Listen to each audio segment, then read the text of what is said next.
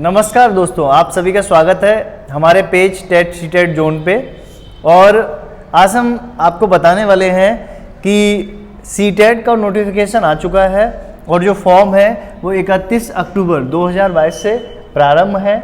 आप 31 अक्टूबर से अप्लाई कर सकते हैं। देखिए, इसमें सबसे इम्पोर्टेंट बात ये है कि इन्होंने एक बात कही है, पहले आओ पहले पाओ।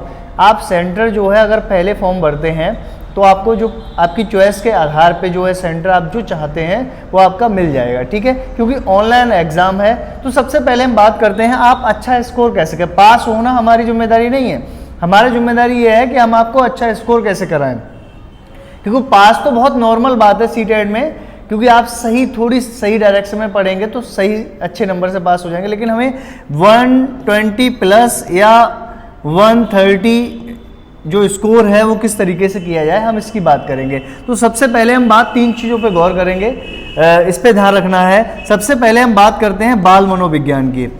जो बाल मनोविज्ञान है, बाल मनोविज्ञान का पोर्शन है वो आता है 30 नंबर का। सबसे पहले इसको आप बहुत अच्छे से पढ़ना है, ठीक है। इसकी थ्योरी को बहुत अच्छे से समझना है, चाहे आप स्वयं समझें या किसी के द्वारा, कोई गुरु हो सकता है, कोई ऑनलाइन भी प्लेटफॉर्म अगर आप पढ़ सकते हैं ऑनलाइन तो नहीं। बहुत से लोग हैं एकाग्रचित्त नहीं है तो आप ऑफलाइन भी कोई कोचिंग ज्वाइन कर सकते हैं, ठीक है। दूसरा हम बात करते हैं, जो पोर्शन बात करते हैं, 4 पोर्शन जो रह जाते हैं उन पे बात करेंगे। तो आपका हिंदी भाषा जो है, हिंदी की पेडागॉजी जो हम बात करते हैं, हिंदी भाषा की बात करेंगे, हिंदी पेडागॉजी, ये 15 क्वेश्चन आते हैं और 15 क्वेश्चन आते हैं पैसेज के। क्लियर है, 15 क्वेश्चन पेडागॉजी के, 15 क्वेश्चन पैसेज के। इसी तरीके से हम गणित की बात करेंगे तो गणित में 15 क्वेश्चन आते हैं गणित की शिक्षा शास्त्र, गणित की पेडागॉजी के, और गणित के 15 क्वेश्चन जो होते हैं बहुत नॉर्मल होते हैं, ध्यान देना।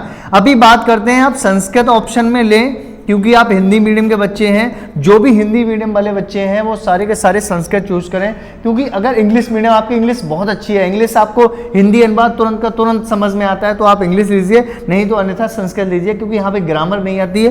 15 नंबर की पेडागॉजी आती है जो हिंदी की सेम हिंदी जैसी होती है, और 15 नंबर के पैसेज आते हैं जो बहुत सरल होते हैं। इसके बाद आपका एक ऑप्शन जो पोर्शन रह गया है वो है ईवीएस का। ईवीएस में भी आपका 30 क्वेश्चन आते हैं, इसमें 15 नंबर का आ जाती है पेडागॉजी और 15 नंबर की क्वेश्चन आते हैं। पर पेडागॉजी में जो विधियां हैं, भ्रमण विधि है, व्याख्या विधि है, कहानी विधि है, इससे क्वेश्चन पूछे जाते हैं। तो हम ओवरऑल बात करें तो आपका 60 नंबर का, आपकी बात करें तो 60 नंबर की पेडागॉजी हो गई आपकी पोर्शन में। 60 नंबर पेडागॉजी के मिलते हैं आपको।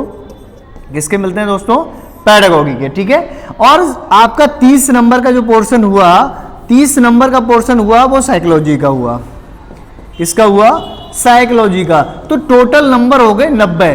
तो यहां पर सबसे इंपॉर्टेंट बात यह है कि बाकी पे स्कोर सभी का हो जाता है। यहां पर अगर आपका स्कोर यहां पे 75 प्लस अगर आपका हो जाता है तो 125 आसानी से आप पहुंच सकते हैं। तो इसके आधार पे आप प्लानिंग करिए, कंटेंट भी उसके आधार पे होना चाहिए, ठीक है, और सिलेबस भी इसके आधार पे होना चाहिए, ठीक है। तो इसको ध्यान में रखते हुए आप सीटेट की तैयारी करें और आप बेहतर तैयारी करें, समय का सदुपयोग करें। यहाँ ज़्यादा पढ़ना नहीं है मगर समझना सही तरीके से, ठीक है। Okay, thank you.